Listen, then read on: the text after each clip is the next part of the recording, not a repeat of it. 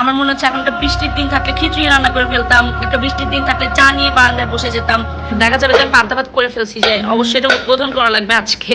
পেজে মেসেজ এসেছিল যে আপু আমি আমার ফুল ফ্যামিলি স্পেশালি আমার আম্মু ভাইয়ার অনেক বড় ভক্ত, সো আপনাদের জন্য একটা টোকেন অফ লাভ পাঠাতে চাই, প্লিজ অ্যাকসেপ্ট করবেন। সো টোকেন অফ লাভ যে এত বেশি সুন্দর এবং এত বেশি ভালোবাসাময় হবে এটা আমি কল্পনা করতে পারিনি।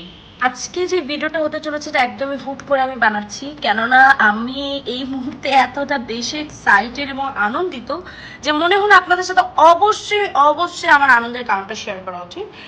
সেটা হচ্ছে মাটির বাহার, যেটা হচ্ছে কিশোরগঞ্জের ভৈরবে, সেখান থেকে আমাকে একটা ডিনার সেট পাঠানো হয়েছে, একটা স্বর্গীয় ডিনার সেট যেটাকে বলা চলে।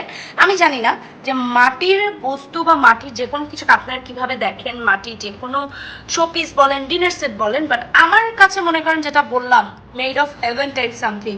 আমি জানি না কেন জানি আমার কাছে যখনই বৃষ্টির দিন আসে তখনই মাটির কথা চোখ মনে পড়ে, মাটির ঘ্রাণ নেওয়ার জন্য মনটা আকুলি বিকুলি করে। সো এই মুহূর্তে যে এই কাপ সেটটা দেখতে পাচ্ছেন, এটা দেখার পর মনে হচ্ছে আহা আজকে যদি বৃষ্টিটা হতো তাহলে মনে করেন একদম জমে যেত। জাস্ট ডিজাইনটা দেখেন, আপনি কল্পনাও করতে পারবেন না যে একটা বৃষ্টির সন্ধ্যায় এই সুন্দর মাটির কাপটাতে চা খেতে যে কি পরিমাণ ভালো লাগবে।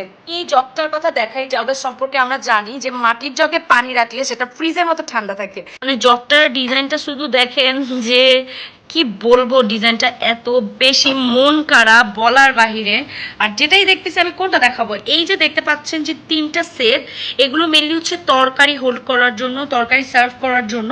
এগুলো ডিজাইনও জাস্ট দেখেন, মানে কি যে বলবো, আমি তো পুরো পাগলই হয়ে যাচ্ছি প্রতিটা জিনিস দেখে। কোনটা ছেড়ে কোনটা আপনাদেরকে দেখা বুঝতে পারছি না। তিনটা হচ্ছে তিন সাইজের, ডালের হতে পারে, একটা মাংসের। তো এইগুলো বেসিক্যালি আমি চিন্তা করেছি যে এবার কোরবানি ঈদে আমি পুরো মাটির জিনিসের উপর কাটাবো। মাটির কোনো একটা কিছুতে সার্ভ করা যেমন সৌন্দর্য বাড়ায়, তেমনি মানসিকভাবে আমার কাছে একটা প্রশান্তিও লাগে যে একদম মাটির কাছাকাছি আছে আমরা। এটা ছোট আরেকটা হচ্ছে পাতিল। এই ভাতের পাতিলটা তো মানে মনে করেন একটি স্পেশাল ব্যাপার এটার মধ্যে আছে। দেখেন ডিজাইনটা, আপনারা বলেন যে আপনারা কি এই মাটির পাতিলগুলো দেখে আপনারা কি আমার যেরকম ফিলিং হচ্ছে সেরকম ফিল হচ্ছে যে কি?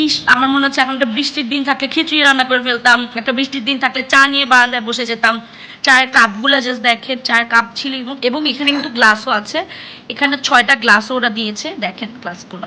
আর এগুলো হচ্ছে ফিনি বাটি, যেগুলো বিভিন্ন কালারের দিয়েছে। এটা কালার, এই নিচে আরো কিছু কালারের আছে। হ্যাঁ, ফিনি বাটি দিয়েছে, ডিজাইনও বিভিন্ন রকম ডিজাইনের দিয়েছে। এটা এক ডিজাইন, এটা এক ডিজাইন, এই অবস্থা।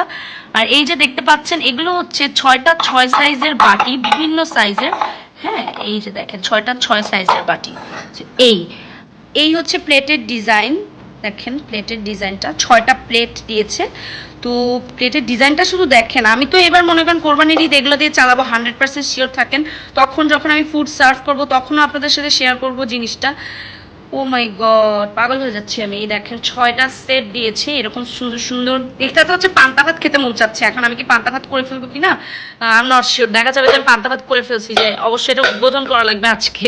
সবচেয়ে ইন্টারেস্টিং বিষয় হচ্ছে মাটির চামচ, 3 ধরনের 3টা চামচ দিয়েছে। এটা হচ্ছে ডালের চামচ, এটা হচ্ছে ভাতের চামচ, অ্যান্ড এটা হচ্ছে আপনার তরকারির চামচ।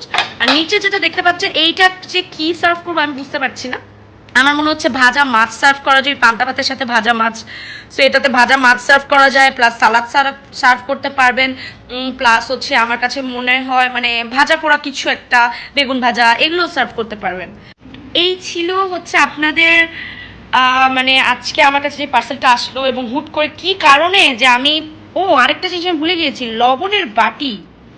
এইটা তো একটা মাস্ট শো করতেই হবে। একটা কিউট মাটির চামচ কিন্তু আমি সাথে পেয়েছি, সাথে একটা লবণের বাটি পেয়েছি। ওয়াও, এটা তো বলার বাহিরে কতটা কিউট, জাস্ট দেখেন না, মানে কিউটনেসটা তো ওভারলোডেড যেটাকে বলে। তো এই হচ্ছে, তো আপনারা নিশ্চয়ই বুঝতে এতক্ষণে পারছেন যে কি কারণে আমি এত এক্সাইটেড হয়ে এত এলোমেলো কথাবার্তা বলে বলে এই ভিডিওটা বানাচ্ছি। আমি আসলে ভিডিওটা শেষ করে পিকচার তুলবো অবশ্যই। আমি ওদেরকে অনেক থ্যাংক ইউ দিয়েছি already. Thank you so much আপু। ওনারা হচ্ছে স্পেশালি আমার হাজব্যান্ডের ভক্ত। ওনার আম্মুর কথা বললেন, ওনারা সবাই আমার হাজব্যান্ডের ভক্ত, এবং ওনার আমাকে অনেক রিকোয়েস্ট করেছিলেন আপু আপনার জন্য ছোট একটা টোকেন অফ লাভ পাঠাতে চাই আপনার আর ভাইয়ার জন্য, আপনারা প্লিজ অ্যাকসেপ্ট করেন।